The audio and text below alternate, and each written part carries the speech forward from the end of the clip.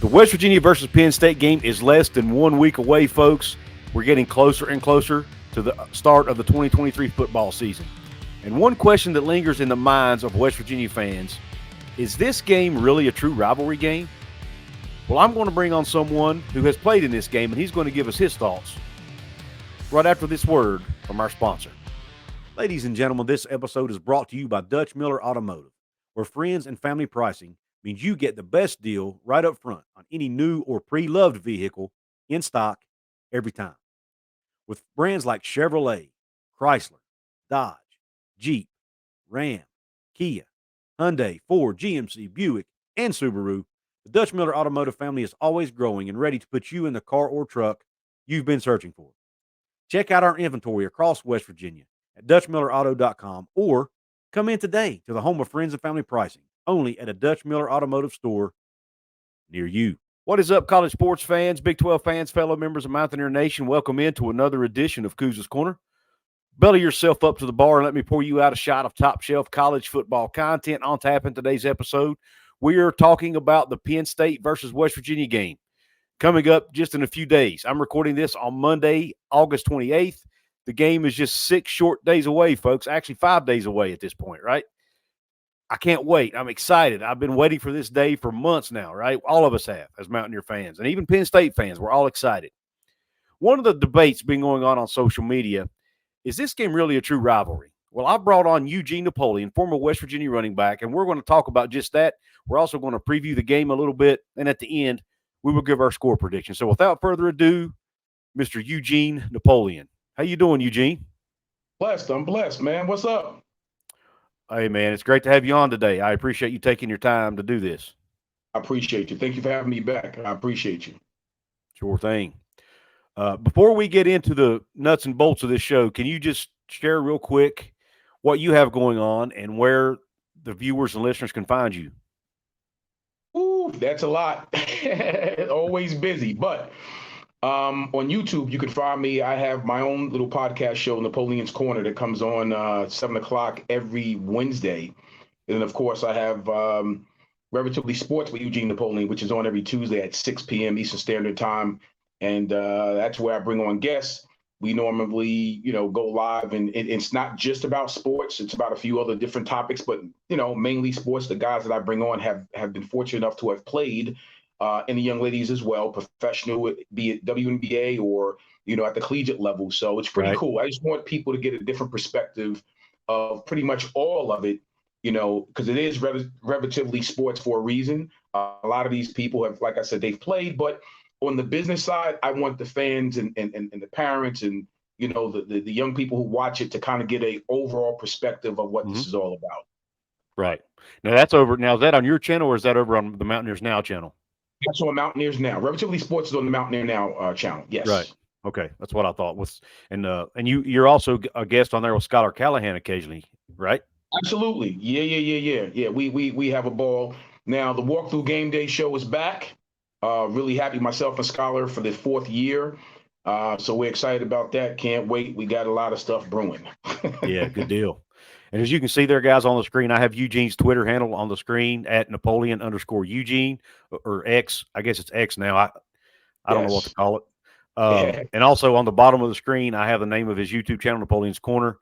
And, of course, you can also find Eugene on Facebook as well. Thank you. Yes, sir. Let's dig right into the show, Eugene. I'm excited. It's game week, baby. It's finally here. You and I were talking off air about how, this game, I was 12 years old the last time this game was played. So it's been a while. It's been over 30 years and since they played this game. And a lot of Mountaineers, myself included, because we've never really seen this game played, it's been so long, it's hard for us to view this game with the same amount of passion as we do Pitt or Virginia Tech, or Maryland, some of the other rivals. And some people will say it's not even a rivalry. For that reason, number one, we don't play, and two, it's kind of been one-sided, 48-9 advantage to Penn State. But you have a little different perspective, and can you explain to my listeners and viewers what makes this such a great game and a rivalry game for Mountaineer fans? Absolutely. It's similar to the Pitt game, right? It's similar to the backyard brawl in that, for whatever reason, Penn State as well as Pitt always view WVU as their little brother. You understand? So yes, whenever you have that type of comparison, yeah, you're going to have this feeling that you're less than, because that's how they view you. And for years, when you look at the rivalry as far as the records are concerned, when you play somebody that many times, it's a rivalry. Whether you're on the losing end or winning end, it's a rivalry. The other piece that I think people forget, it's the recruiting areas. It's the recruiting areas. When you're recruiting in the Northeast, and typically Jersey, South Jersey, the tri-state, you're in the same recruiting area, it's going to be a rivalry because you got the Penn State coaches in here, obviously bigging up their program, talking about why they should come to Penn State. You got West Virginia in here doing the same exact thing. That in itself presents an off-field rivalry because you're in the same recruiting area. The on-field rivalry is, like I said, that comparison of the big brother, little brother deal.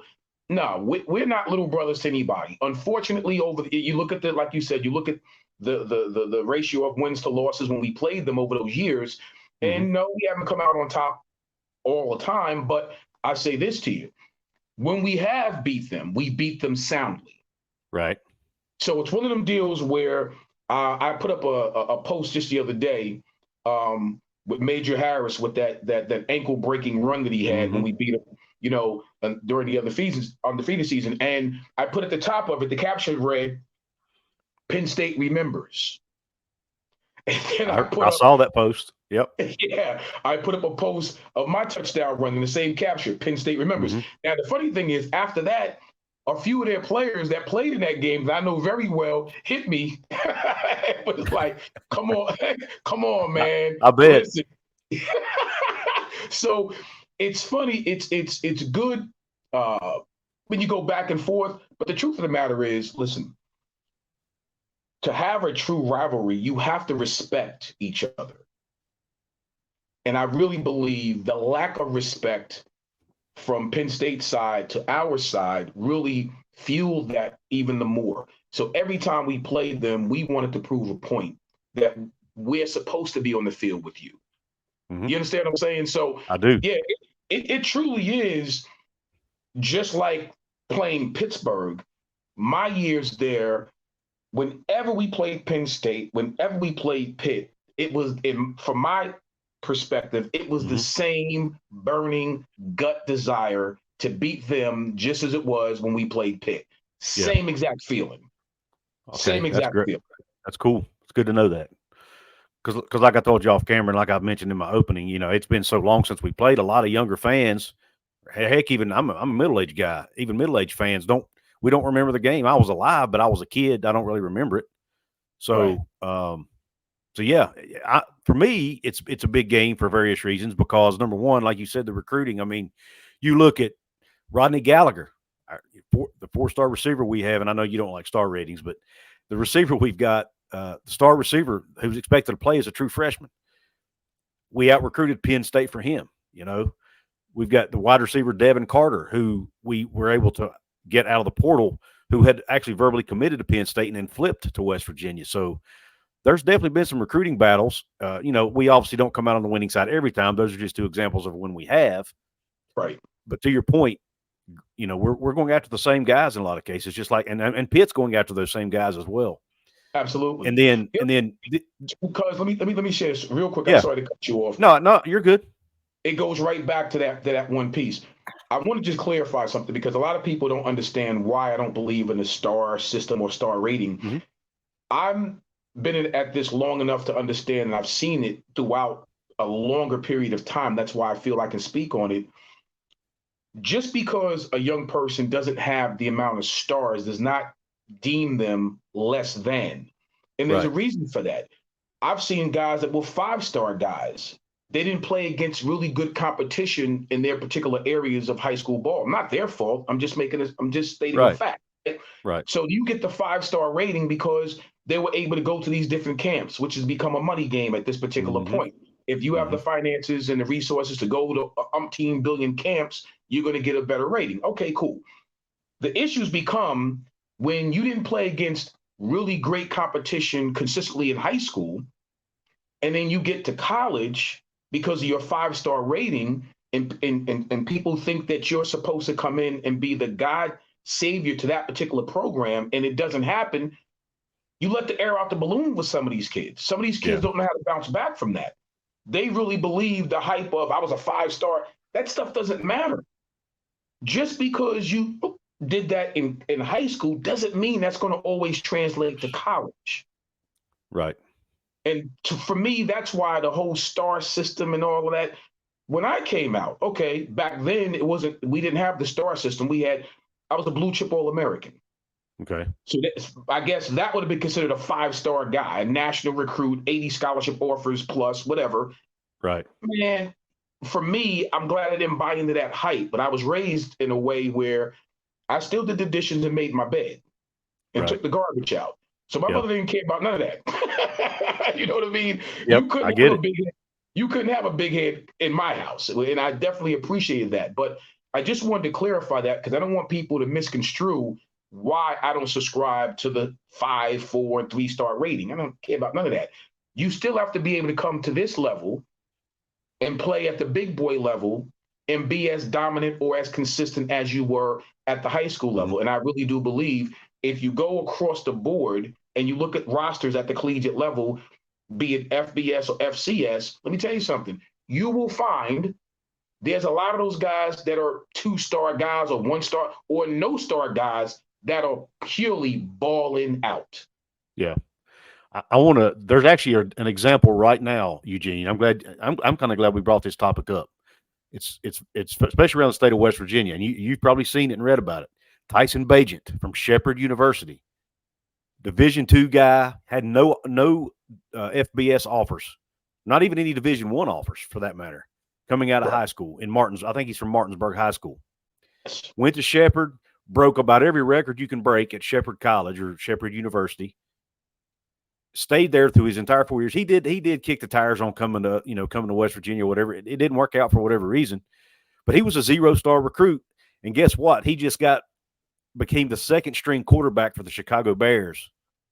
Either yesterday or today it was announced. So because of his performance in the preseason. So that's a modern day example of it right here. That's it. But I'm gonna say this real quick on that same topic. It's because what people don't really get, success stems from consistency, not 5 stars. Consistency. If you put good film out there and you're consistent in doing that, you're going to get a look. Doesn't matter where you went, doesn't matter who you played for, you're going to get a look because at the professional level, be it NFL, CFL, AFL, they're looking for consistency. Now, of course, if you are a mega superstar at a Power 5 or whatever level you're playing on, come on, of course, that goes without saying. But I'm talking about the middle of the road guys that nobody really know about that are balling because for your fan base, for the edification of your fan base, check this out. Do you know, if you look at any NFL roster, NFL rosters are made up primarily of free agents and late round draft picks. You know why? They have to balance the books. Right. You can't have everybody being a first rounder. Right. It's a business. The bottom line has to be balanced. Those books are balanced. Those contracts are balanced with late round draft picks or free agents. Yep. And those guys are very, very good and talented football players. Absolutely. So I just wanted to, clarify that. Yeah, great. I appreciate you bringing that up. That's a great topic. As far as, back to the Penn State thing, and one of the things I'm going to mention, one of the things that makes this game this year so big is, everybody's picking West Virginia to be. I mean, I was debating it with a guy last night on Twitter who said West Virginia is going to win one game this year, and that's Duquesne. And I told him he was out of his mind. Okay, there's no way this team's going to be that bad. Number two, they were picked to finish last in the Big 12 by almost every media outlet. They picked Garrett Green, who we assume is going to be the starter. Nobody's announced it yet, but I think we assume he's going to be the guy. Picked him to be the worst, said he was the worst quarterback in all of Power 5 football. I mean, apparently somebody didn't watch the 3 games or the 2 games he started in, plus the game he came in relief and won, by the way, against Oklahoma, by the way, last year. But nonetheless, I mean, there's just everybody's in the national media, and even some in our own fan base are really down on this team. And if this team is likely going to have a chip on their shoulder the size of the state of Texas going into this game. And it's an opportunity for this team to make a huge statement and get what many would say would be the largest win in West Virginia history, at least in the regular season, in front of the biggest crowd they've ever played in front of, the highest ranked team they would have ever beaten on the road, those kind of things. So to me, that makes this game massive. What do you say to that? And all the doubters out there who were saying, this team has no chance. Well, okay, first off, and that's and to my point, that's exactly what I mean. Whenever, for some odd reason, again, West Virginia we've always been the quote unquote underdog, right? Yeah. Always been the team most likely to get any type of real national acceptance when it comes to playing against, what will be considered a blue blood, which I can't stand that term either.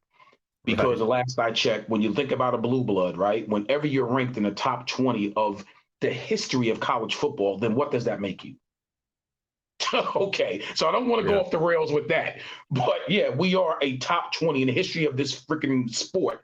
West Virginia is a top 20 program in the history of college football. So, okay.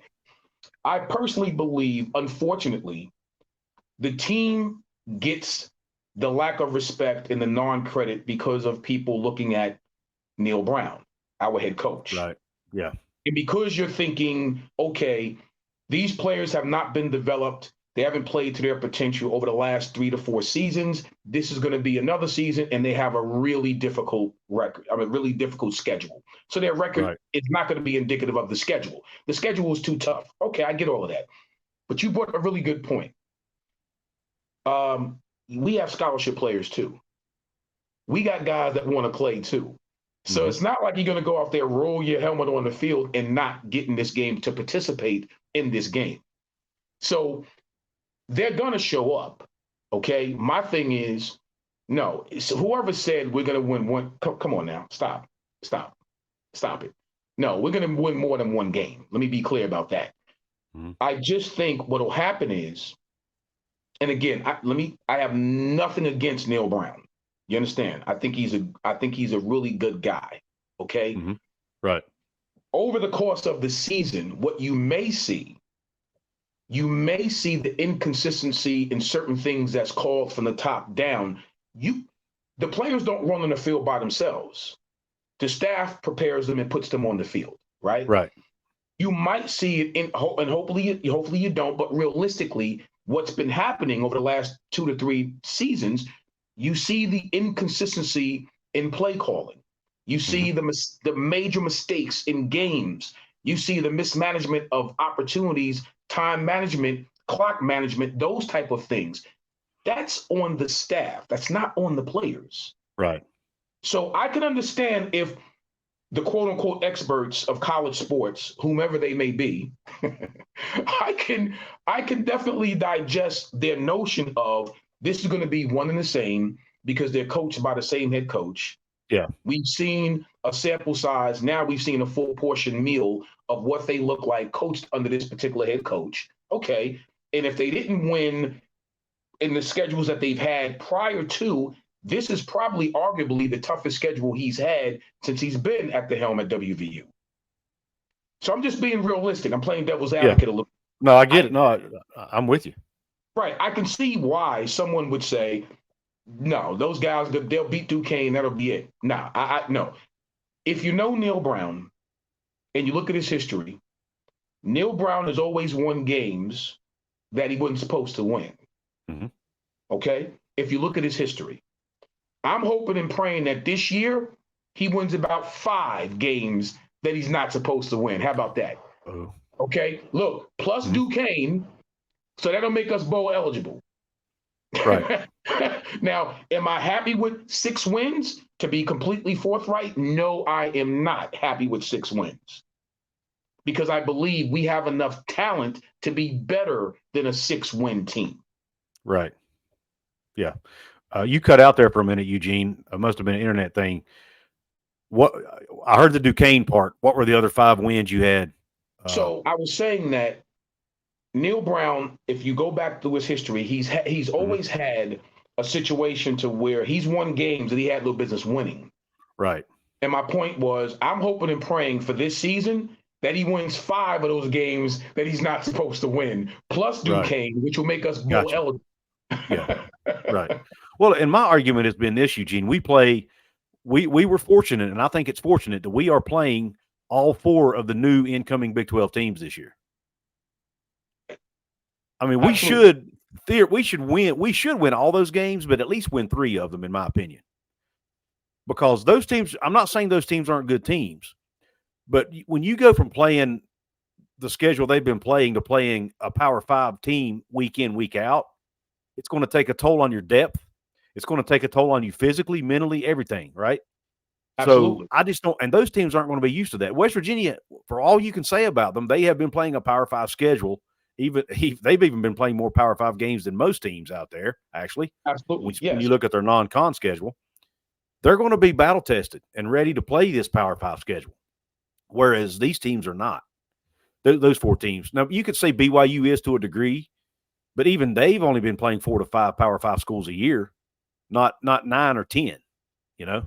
Right. But BYU, I'm going to tell you something about BYU. I respect that program because, listen, you're always going to get a well-coached team, a scrappy team, a very good, because you look at, we talk about, 5 and 4 star kids, right?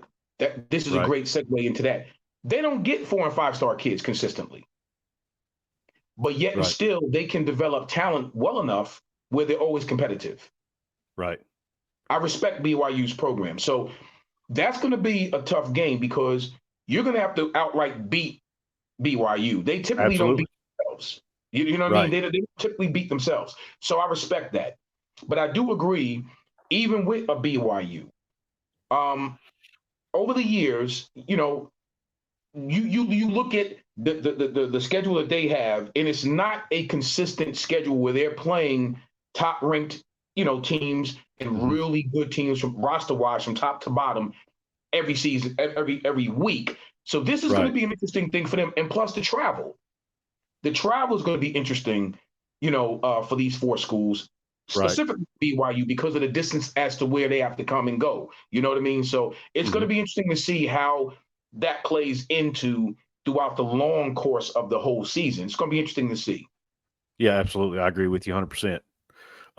Switching gears for a minute, and let's take a look at, on the field, what the Mountaineers, what do you think, if West Virginia wants to get over that hump and win 7, 8 football games, like they have historically done year in, year out, right? 7, 8, 9 games a year. What do you think they need to do this year to get to that point where they can get back to West Virginia football? What's the key for this team, in your opinion? I got to be honest with you. And again, it starts from the top down. Our coaching staff has to be brought in to really understanding play your best players. Play your best players and let them play. You have to let these guys go. I remember talking to Green before he came to WVU, was when he first committed years ago. And there was something about that young man. I told Scholar this. I've always loved his tenacity. I've always loved his moxie. There's something about him where he has the it factor. He's going to play regardless of the scoreboard. Yep. He got that dog in him, if that makes sense. I totally agree with you. You have to have guys like that on the field. So, I don't care at what position. They have that extra button. No matter what the score is, the scoreboard is 0-0 in his head until the clock strikes 0-0 across the board. He's going to play. So starts with the coaches, letting these guys loose, right? Then it starts with don't look and read your press clippings. I don't care what and again, that's a staff thing. That's a coaching thing. You have to maximize. Here's what we're doing. Let the main thing, as Deion Sanders says, let the main thing be the main thing. We know that people don't think we're going to win many games. We know that if you read Neal Brown's job is he's on the hot seat. We know all of that. Regardless of that, we got to go out and play our game. Now, early, we're going to see exactly what our game is because we're fortunate to play Penn State first, Duquesne, and then Pitt. So those 3 weeks, no disrespect to Duquesne, okay? Mm-hmm. That's a nice sample size real quick of where you're going to find out what your team is all about. Offensively, defensively, special teams, coaching staff wise, making good calls, bad calls, whatever they are, you're going to find out in the first 3 weeks what we have and then build on that. I think the last piece would be no matter what it is, you have to play consistent football. I think sometimes watching over the last 2 to 3 seasons, I wasn't happy with how we showed up on defense in some of these games. Because I'm used to West Virginia being punch you in the mouth. I'm used to that defense being so physical that didn't matter what the scoreboard read. Those guys limped off the field. They knew they were in a game. So for me, and again, that's what I go back to when I look at the history of my years there. Man, we didn't play defensively. Oh, you knew you came, and I don't care if we played on the road or in Morgantown, you knew when you played the Mountaineers, oh yeah, you're going to be licking your wounds for 2 or 3 weeks after. So I've always looked forward to that because that's something you can hang your hat on. We got to get back to smash mouth football on the offensive line, offensive side of the ball, and on defense. We got to bring it to these guys. And I think if you do that, more times than not, you break wills of other teams in games that you're not supposed to win. You break their will. You really do. You break their will. So physical football, not mistake-free because that's unrealistic, but to a certain degree, consistent football in all 3 phases of the game. Coaches, let these young pups ball out. Let them play. Let them play. Let the personalities come out. Because if you do that, you're going to wind up, I'm telling you, we'll wind up winning some games that people will say, wait a minute. West Virginia beat who? Wait a minute. I'm telling you, that's the recipe to me to upsetting some teams that we're not supposed to be on the field with. Agreed. Yeah, I've been a Garrett Green guy really since he came out probably about the middle of last year when I could see the writing on the wall that JT Daniels was not going to be the guy. Right. His game regressed for whatever reason over the course of the year. And at that point, I'm like, let Garrett in. It's Garrett's turn. He's been here for 3 years. He's waited it out. He's been patient. Let's see what he can do. And when they finally did give him that chance, man, he went out and made the best of it.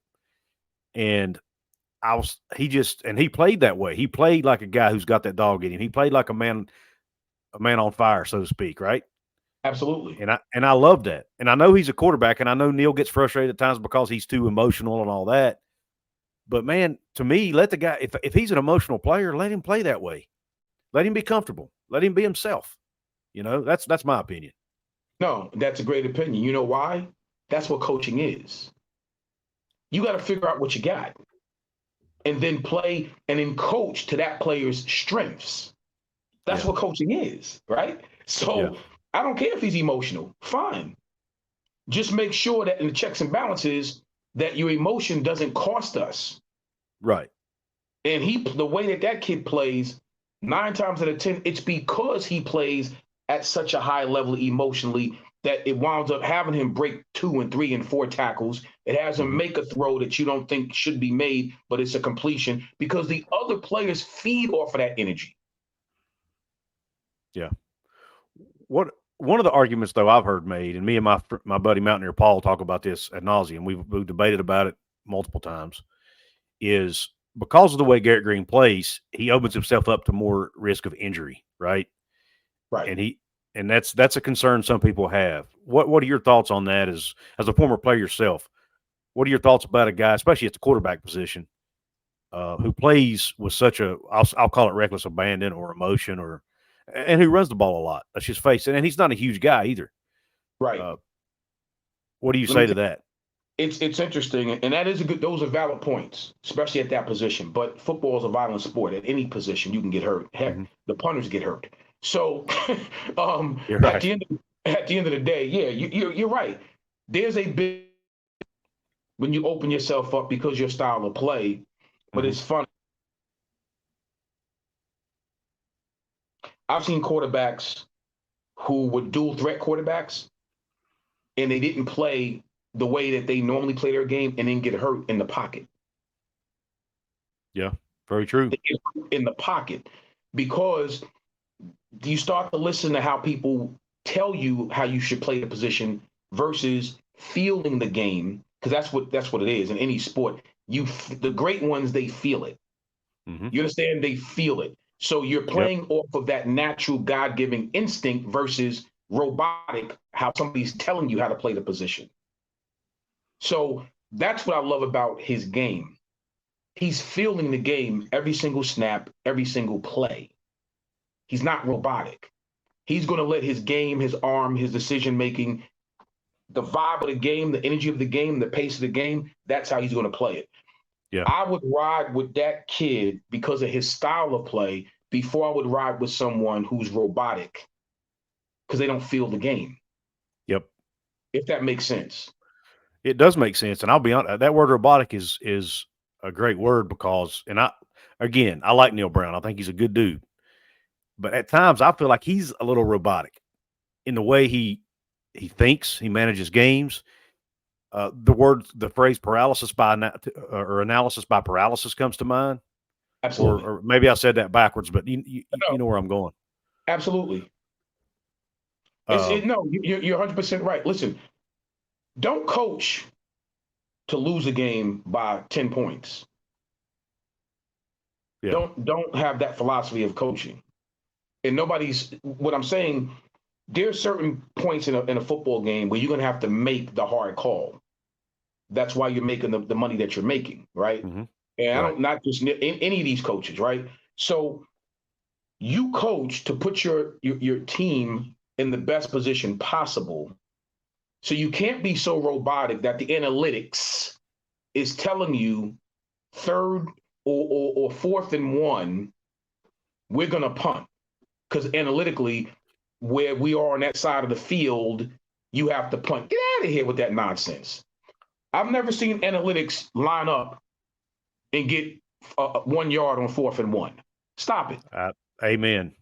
So my point is, you have to be it again, going back to the feel of the game and the energy of the game. This Penn State game I'm glad we're opening with Penn State. I'm glad we're opening at Penn State, primetime game, the 7th-ranked team in the country. I'm glad. Because if we punch them in the mouth, you will send shockwaves through college football. Absolutely.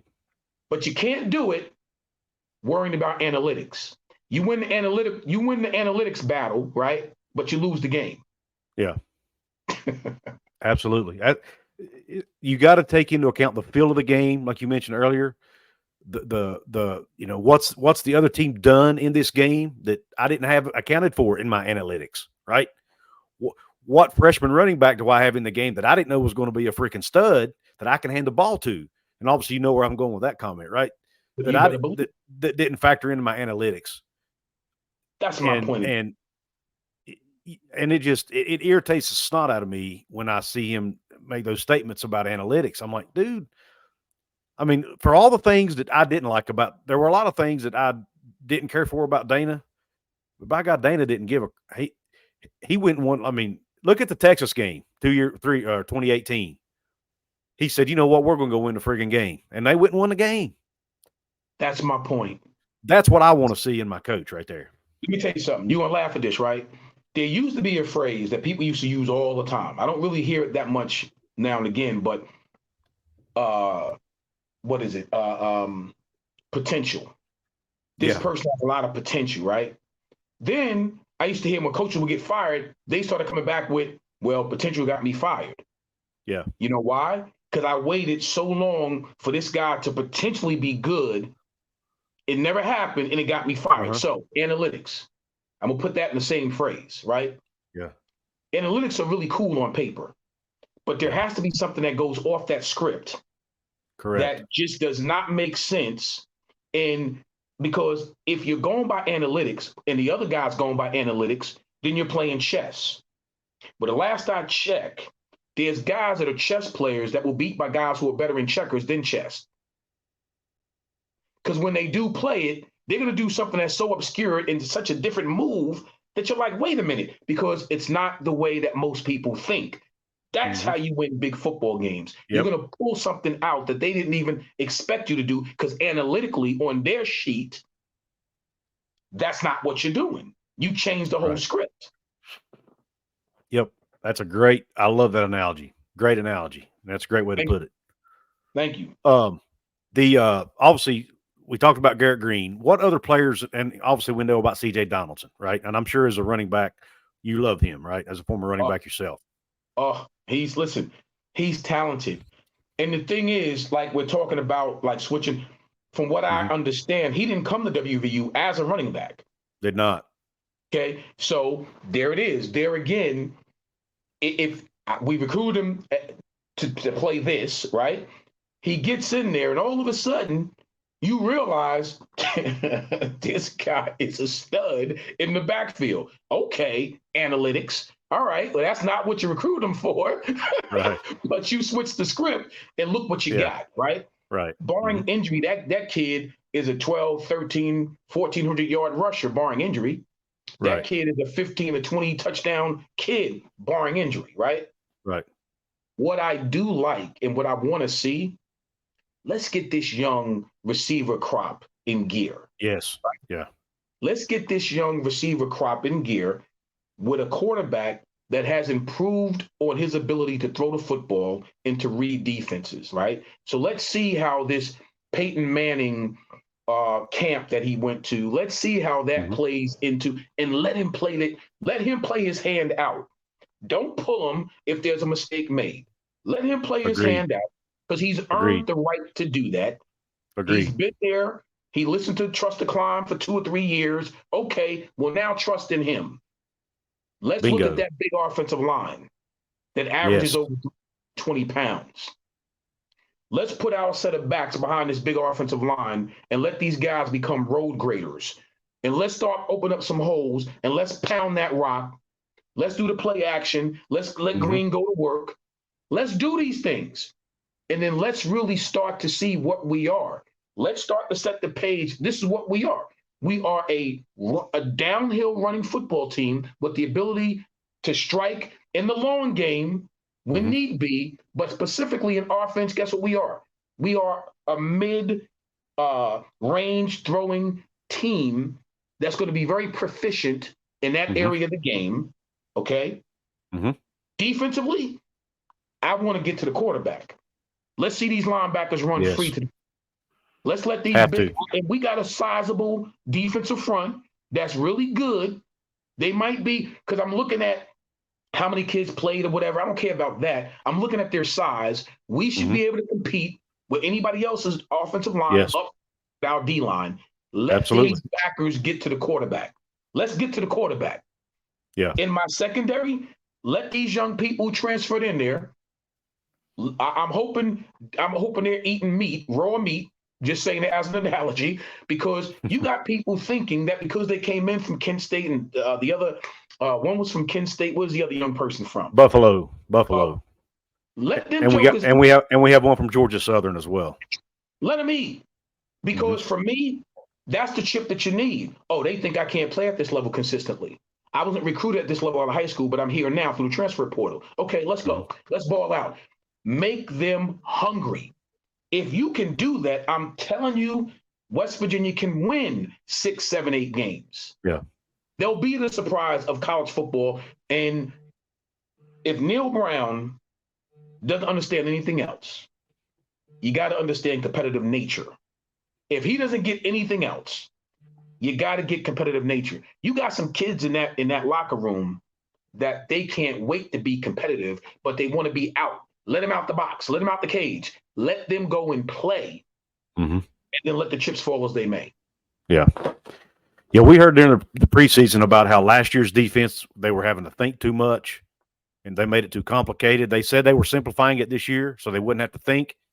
But hopefully they did that. Let's hope they did that so these guys could just go play, right? Like you said, let them just go play. Yeah, you're going to have to. Yeah. You're going to have to. I'm going to tell you right now. Watch how Penn State opens the game. Watch how Penn State opens the game. This has been a staple. I don't care who the head coach has been. Historically, and you go back and you check the Penn State teams, whether they've been good or bad, Penn State has always been proficient in the run game. Right. They've always been persistent in the run game. Mm-hmm. So technically, not to be disrespectful or dismissive of their quarterbacks, they've had some good ones over the years. You know what I'm saying? But you look at the last 20 years of a Penn State roster, and you will see a 1,000-yard rusher. Yeah. Why is that? That's their staple. We're going to win games behind the running. So it don't matter who's at quarterback. That's always been the notion at Penn State. Think about it. You think about how many great running backs have come through that program over the last 20 years. I guarantee you they've had more great running backs than they had quarterbacks. And they have more this year. So you better believe they're going to come in this game and they're going to run the football. Yep. I agree. And they've got a quarterback who's supposedly really good and a stud, but he's really young too. So when you have a young quarterback with very little experience, you put it on the shoulders of your running game, right? To let them, get a feel for the game and let everything settle down, let the emotion settle down. Then you can start throwing the ball around the yard a little bit, right? But I'm fired up. So you got me fired up. You got me fired up. Yeah. Yeah. Well, you can't throw if you're on your back. Exactly. Well, and last year's defense was not aggressive enough, Eugene. Our defense did way too much sitting back, trying to play passing lanes. You forced our DBs who were inexperienced, in some cases really young, try to cover these P5 guys that they just weren't ready to cover one-on-one yet. Not their fault. And you had to cover them for 4, 5, 6 seconds because there was no pressure. Not their fault. You know what? Like I said, I'm going to tell you, I'm this guy. Here's me. That's on your coach. That's on your coach. It is. I agree. Starters don't put themselves on the field. So if you put that starting 11 out there, offense, defense, special teams, then they should be coached up. Yeah. If that's your starter, then he knows what he needs to do. We have scouting reports. You go through during Coach Nehlen's era, and most coaches I've talked to at this level, so you go through your little script, you go through your little scouting report, you take your little test to see if you know what the heck you're doing, right? And if you grade out 90%,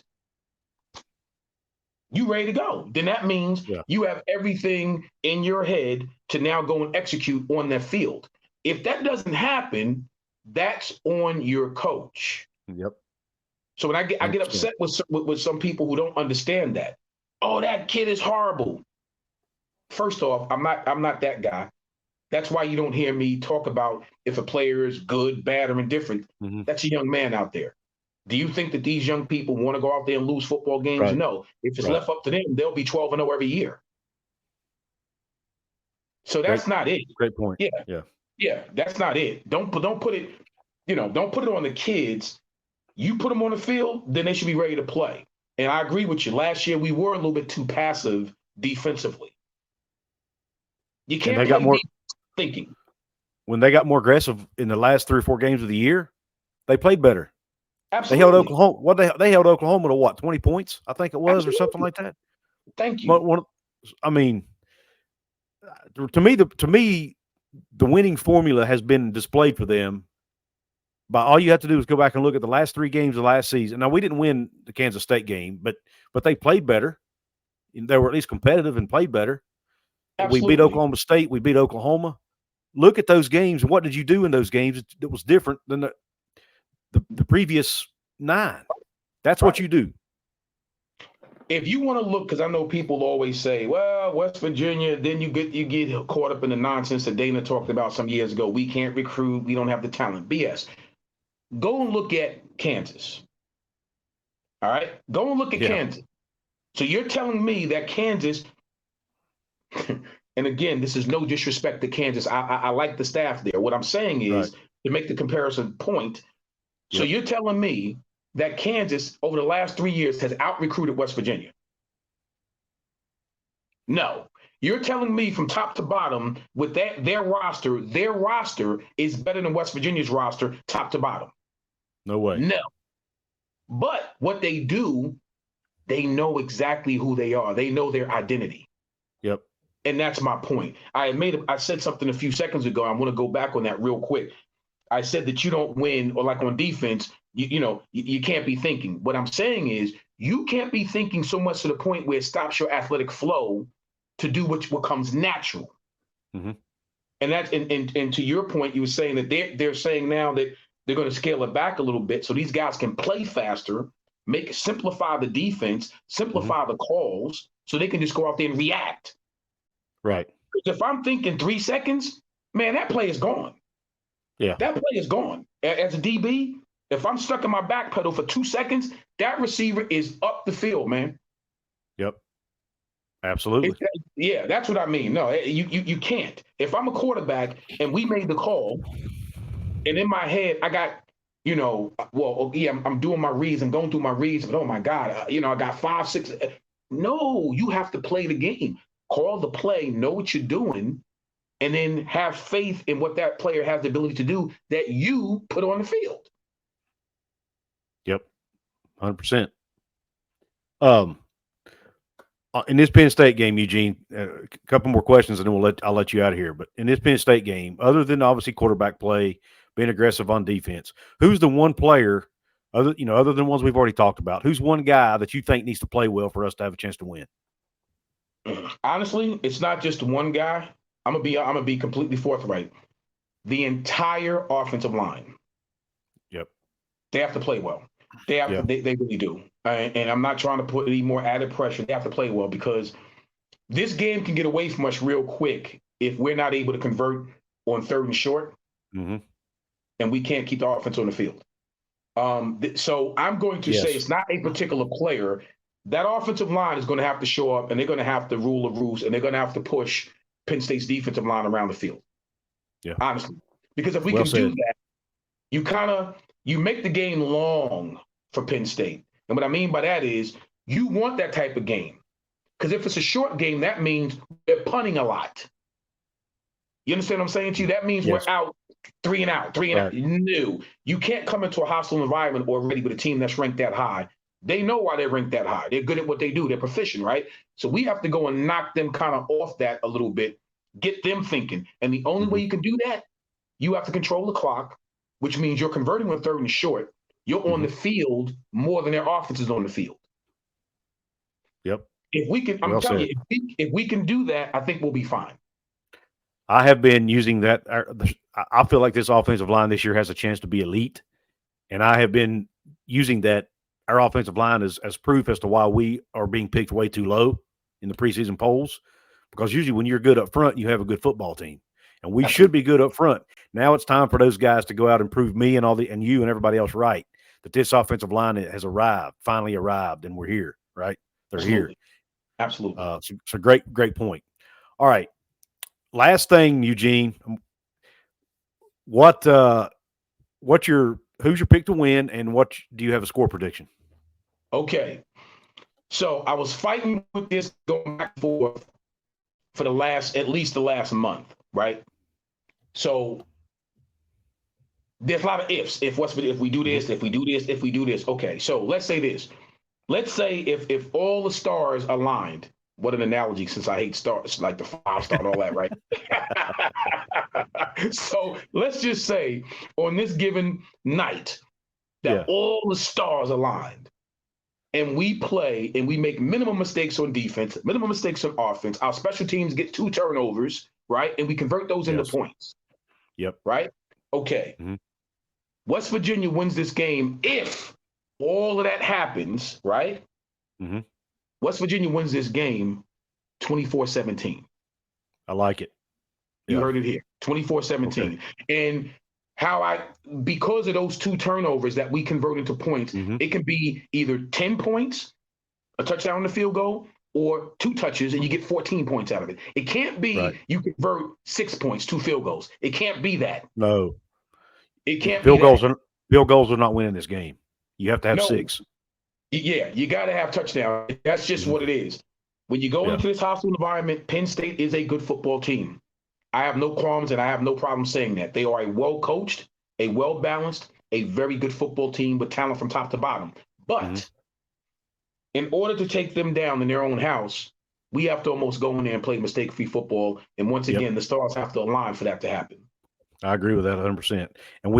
And they've got to start. This defense West Virginia defense has not been forcing turnovers at a high clip. I mean, they've not even been forcing them at a decent clip. It's been terrible, especially last year. I mean, they had 4 picks in 12 games, Eugene. I mean, I've seen teams get 4 picks in one game. Yeah, that's not, and that's what I mean. That's not going to get it done. Let them young men eat. Let them play. But if you, back to what you said earlier, get pressure on the quarterback, force them into making mistakes. The quarterback, and I said this in a show earlier, the quarterback is going to come out. He's young. Yeah, he does have some experience, but he's young. He's playing in front of 110,000 people. His adrenaline is going to be as high as it's ever been in his life. He might overthrow some balls. If you put pressure in his face, he might overthrow some balls, and you got a chance to get a pick or 2. Absolutely. Well, let me just say this about that young man. I'm going to tell you something, right? So he came here for that. He came here for this. It's the reason why he picked Penn State, right? Right. He just didn't wake up and realize he's going to be playing in front of 110,000 people. Right. He came in for this. He'll be ready. Right. He will be ready. The issues for us, we need to be ready to make sure we kind of help him not have the kind of breakout night that he wants to. It's up to West Virginia to force him into those mistakes. Absolutely. I'm with you. All right. Now here's my prediction, and I'm with you. I've been basically saying for months that I think West Virginia is probably not going to win, but it's just been by how much. Because like you said, the game will have to go perfect almost and play mistake-free for us to win, in my opinion. The likelihood of that happening on the road in that environment is probably slim. Let's be honest. Right. But I don't know if I buy the 19.5 spread, which is what it was the last time I checked. I'm pretty confident we can keep it closer than that.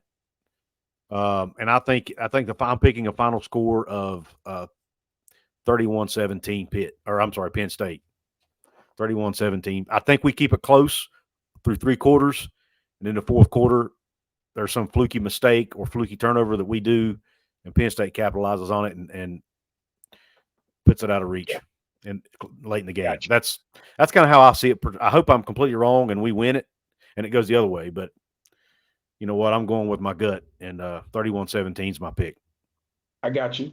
Listen, there's nothing wrong with going with your gut. I've gone with my gut my whole entire life, and I thank God for more times than not, my gut was right.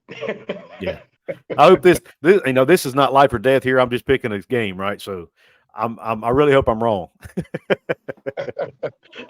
Listen, and I hope my Mountaineers prove me wrong in this one. Right, I was going to say you and the entire. But when I look at the talent on this Penn State team and what they bring back from last year, man, they're scary good. Yeah. Oh yeah, that's what I mean. Oh, they're good. They're a good football team. And you know what? And to be honest with you, they're deserving of a top 10 ranking. They are. They are. They are. Yeah. Just being real about it, they are. But we're not deserving of somebody saying we're going to win one game. No, we're not. We're better than that. And I think this team's going to prove it. Not necessarily this game. Even if we don't win this game, they're going to win some games this year. I have no doubt about it. And if not, let me tell you right now, if not, I'll meet you in Morgantown and we'll help, we'll help we'll help with the moving vans. Yeah, you got that right. Hey, speaking of that, do you think there's any chance at all? I know West Virginia has never fired a coach in the middle of a season. West Virginia, if things go wrong early on in this year, we could be 1-4. We could be sitting here at 1-4 at one point. We could be. No, I think it's the culture, and I respect our culture at WVU. We've never done that. We've never fired a coach in the middle of the season. I do respect that, honestly. I know most people don't want to hear that. We've never been that program. It's always been, no matter how the wheels can fall off, it's always been, you give this person their tenure, you give them their, their season or whatever, and then at the end of the year, you make your decisions. I do respect that. Yeah. And I've been telling people have been asking me, that aren't West Virginia fans, do you think they'll fire him, if they go 1-4? And I'm like, I don't think they will, because West Virginia just doesn't do that. Number one, they don't do it. It's not who they are. It's not what they're We've known never, for historically. right. And it's just, I mean, to We be never honest with have. you, they don't fire. I don't know. I've not known them to fire a coach in my lifetime. Every coach we've lost has been because they left. They chose to leave. You know, for the most part. I mean, with Dana, it was you could say that was a mutual parting of the ways, but I don't think they fired him per se. Well, no, they didn't fire him. There was a mutual parting of the ways, but how he got there was interesting as well. So I'll leave it at that. God bless Coach Stewart. Right. Yeah. So there you go. Turn the page. Yeah. You want to turn the page. Well, yeah, I guess you could say he got fired. Yeah, I had forgot about that. I had forgot about that whole ugly incident. Right. You want to turn the page, but not understanding. So you win 10 games, 9 games, 9 games, 9 games, and that's not good enough. Whatever. Yeah, I'm with you. Okay. Yeah. All right. Look, I tell you this real quick. I guarantee you, his 4-year window. I bet you we'll be happy with that 4 years of a progress versus where we are now. Absolutely.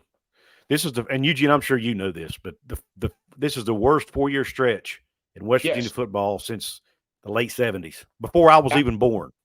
Absolutely. And I'm going to tell you something. I talk to my former teammates about this all the time. Look, no, we're not happy.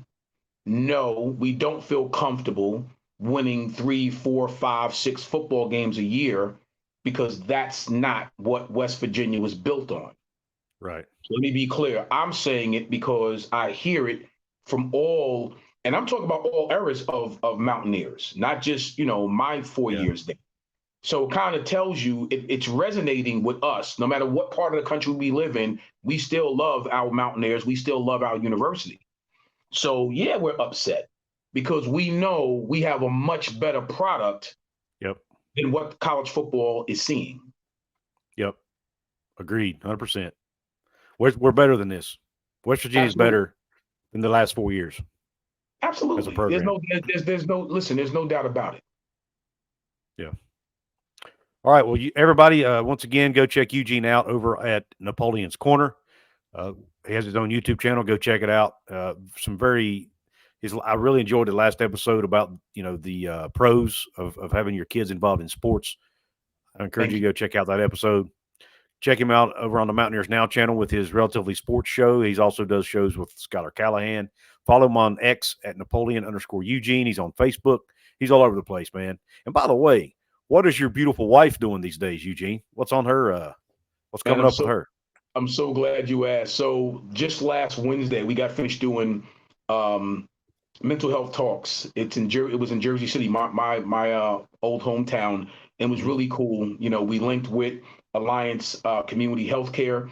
It's a health facility that's been really, really good in our community for 30, 40 years in Jersey City. So we linked with them and we're doing this whole mental health piece, which I think is very important. So my beautiful wife came in. She sung 2 of her inspirational, motivational songs. She did a speaking topic, and then I was a keynote speaker, so I closed it out. So that was awesome. We was just in the studio yesterday finishing up her next new single, which it's called Break Me. So we're going to release that probably, God willing, towards the end of September. It'll be available on all streaming platforms. And then on September 8th, Fashion Week is such a huge deal. New York City, either New York, LA, London, those are huge places. Well, she's going to perform 2 of her songs, number 1 hit songs, during New York Fashion Week on September Friday. So I'm real at Sony Hall. Oh, that'll be great. Oh, that's going to be amazing. So I'm very, very happy. We're finishing up, putting the finishing touches on her EP. But her new single, Break Me, I'm telling you, you're going to really like that one. I'm telling you, it's a good one. It's a good one. And tell everyone what her name is for those who may not know. Right. So her stage name is Naya, NY''A. You can find her music anywhere that you download or any streaming platform in the world. Her music is on NY''A, Naya. Go stream it. Go take a look at it. Spotify, anywhere. Like I said, anywhere that you normally would download your music, either on your phone or your computer, you could find her music. All right. Awesome. Thanks for that, Eugene.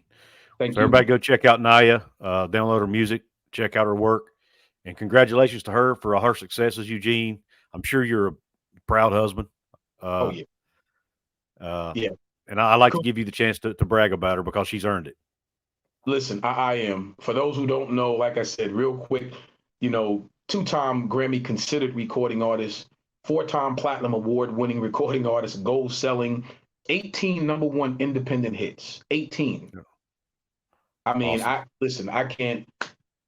I'm humbled and blessed. Let me tell you. Yeah, she's an amazing woman. She's an amazing talent. She's an amazing mother, wife, friend, all the above. We've been married 30 years, and I just thank God for it every day. Yeah. And you know what? I didn't even think we'd be remiss, Eugene. I know we've been on here an hour, but I'd be remiss if I did not give a shout out to your son, Brandon. And he made what list did he make recently? So it's crazy, right? So he's a defensive back coach at the University of Rhode Island, and he made the 30 under 30 list, which makes him one of the top 30 coaches in the country under the age of 30. Yeah. So and that was 24/7 Sports, which is, again, and thank you for bringing that up. Yeah, we're very proud of them. We're very proud of them. So they got a big one this Thursday night. They open up Georgia State. Okay, that is a big one, and he's a Mountaineer too. We can't forget that he played for West Virginia under Dana Holgorsen. That's right. He was part of Dana's first recruiting class. Yeah. Yep. So that's right. Once a Mountaineer, always. That's right, baby. And he's moving up the coaching ladder. Who knows? Maybe one of these days we'll see him donning the old gold and blue on the sidelines in Morgantown, right? From your lips to God's ears. That's absolute. Right. I hope so. We would consider that. Bring him on home. That's absolutely. Well, Eugene, man, thank you so much for giving me an hour of your time. I know you're a busy guy. Again, honored to have you on here. Everybody go check his shows out. Check him out on Twitter, X. Check him out on Facebook. Check out Napoleon's Corner. Eugene, thanks again. We are out. Let's go Mountaineers. You Q Country Roads, baby. Got it. Cue it.